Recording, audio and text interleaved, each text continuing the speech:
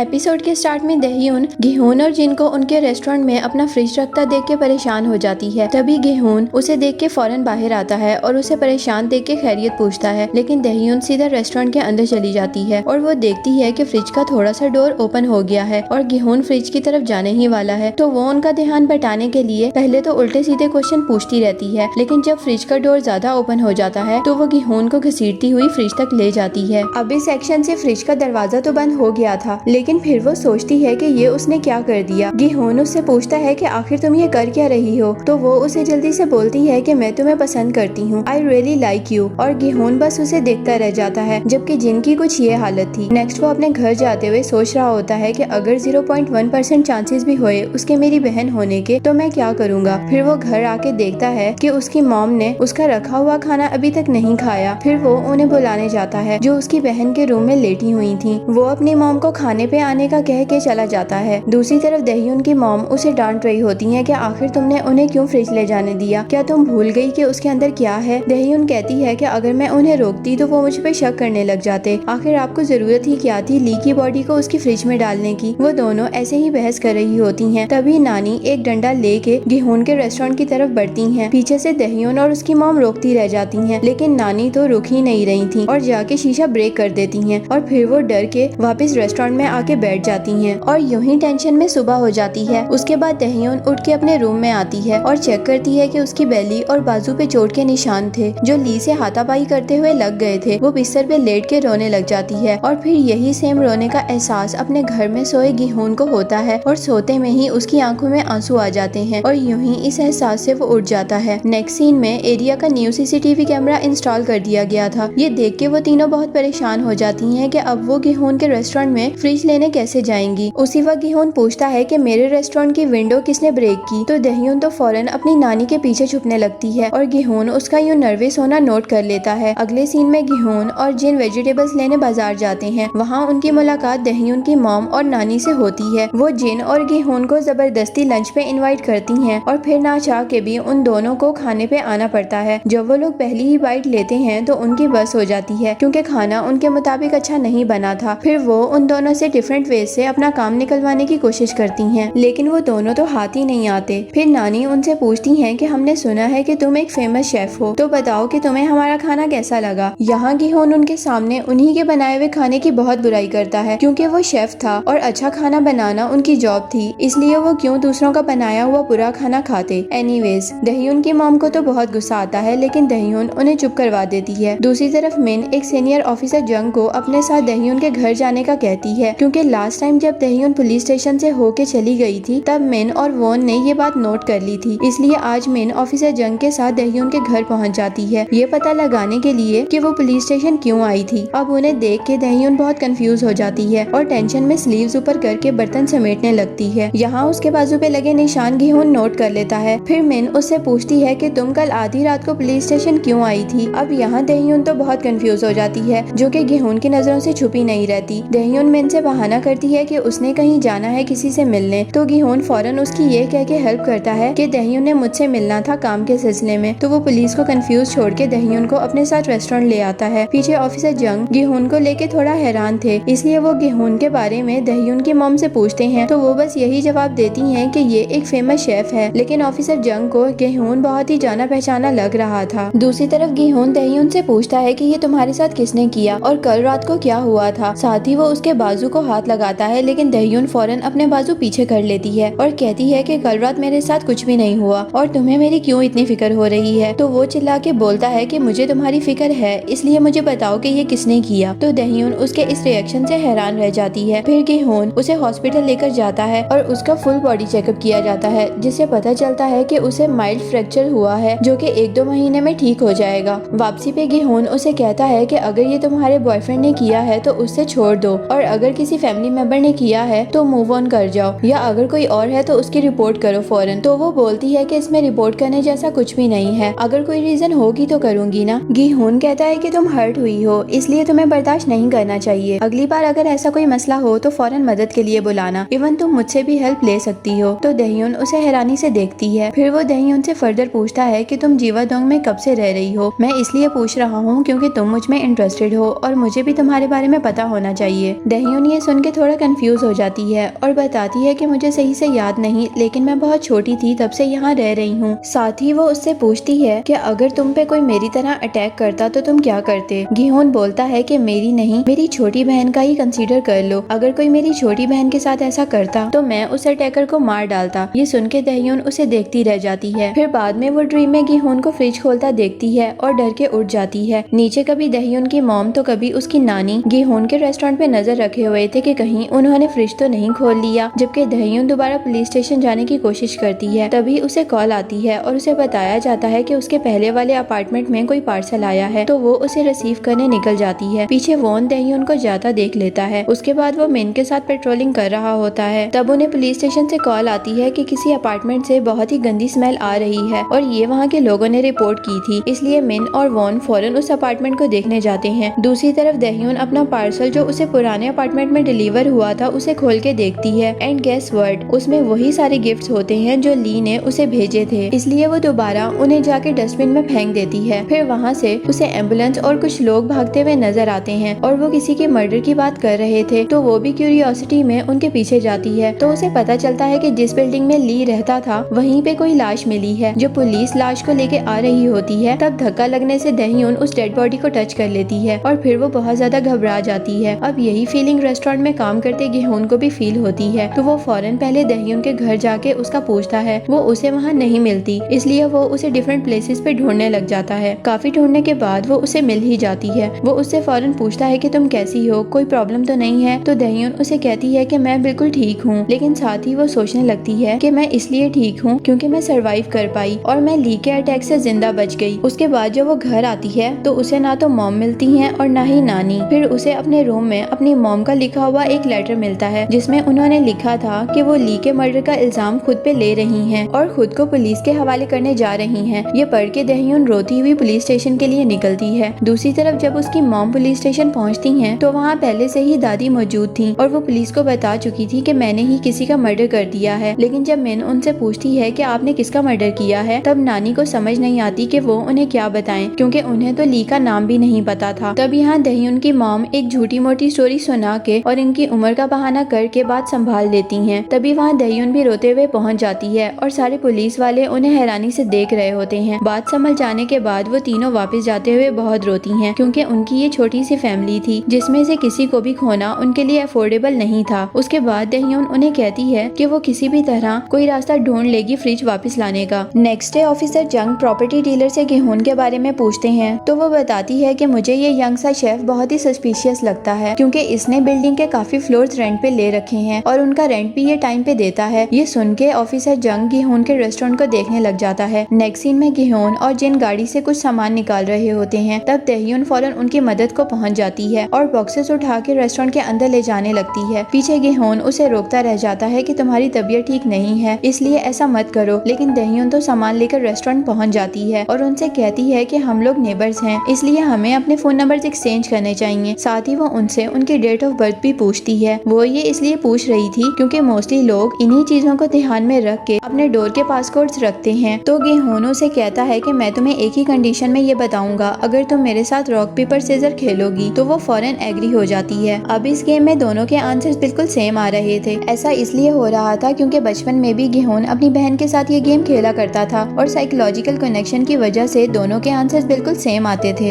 इसलिए गिहोन चेक करना चाहता था कि दहयुन के साथ खेलने से क्या होता है और एज एक्सपेक्टेड आंसर बिल्कुल सेम थे। इसलिए गिहोन को अब पूरा यकीन हो गया था कि दहयुन ही वो लड़की है जिससे उसका लिंक बना हुआ है और अब तक जितने भी इमोशंस वो फील करता आ रहा था वो भी इसी के थे। दूसरी तरफ ऑफिसर जंग ने गिहोन की बहन योंग की मिसिंग फाइल खोल रखी थी और यहाँ उन्हें पता चल जाता है कि गिहोन योंग का भाई है और वो पहले जीवाडोंग में ही रहता था। इसलिए वो गिहोन से मिलता है और उससे पूछता है कि तुम यहाँ वापस क्यों आए हो। तो वो सिर्फ यही जवाब देता है कि इस एरिया में रेंट बहुत ही चीप है इसलिए मैं यहाँ आया हूँ। फिर हम गिहोन का फ्लैशबैक देखते हैं जिसमें योंग के गायब हो जाने के बाद एक शमन को बुलाया जाता है ये पता लगाने के लिए कि योंग को किसने गायब किया। और यहाँ हम काफी सारे जाने पहचाने लोग देखते हैं, जैसे वही एरिया में रहने वाली लेडीज, दहयुन की मॉम और नानी, गिहोन के मॉम डैड और साथ ही ऑफिसर जंग को भी देख सकते हैं हम। तब वो शमन उन्हें बताती है कि तुम लोगों में ही वो कल्प्रिट मौजूद है जिसने योंग को गायब किया है। यही सेम फ्लैशबैक गिहोन की मॉम भी देखती हैं और डर के उठ जाती हैं। फिर जब गिहोन अपने घर आता है तो मॉम उस पे बहुत गुस्सा करती हैं। वो कहती हैं कि तुम्हारी वजह से यों गायब हो गई क्योंकि तुमने उसका ख्याल नहीं रखा था, और फिर वो उसे वहाँ से जाने का कहती हैं। गिहोन बहुत इमोशनल हो जाता है और अपने रूम में बैठा अपनी बहन को इमेजिन करके रोता रहता है। नेक्स्ट सीन में रात के वक्त दहयुन गिहोन के रेस्टोरेंट जाती है और डोर के पासपोर्ट मशीन में गिहोन की डेट ऑफ बर्थ एंटर करती है और यहाँ लॉक ओपन भी हो जाता है। फिर वो फौरन जाके फ्रिज को खोलती है, लेकिन तभी पीछे से गिहोन आ जाता है और उससे पूछता है कि तुम जो ढूंढना चाह रही थी क्या वो तुम्हें मिल गया। और दहयुन फौरन पीछे मुड़ के उसे देखती है और यहीं इस एपिसोड की एक्सप्लेनेशन खत्म हो जाती है। मिलते हैं नेक्स्ट वीडियो में, अपना ख्याल रखिएगा,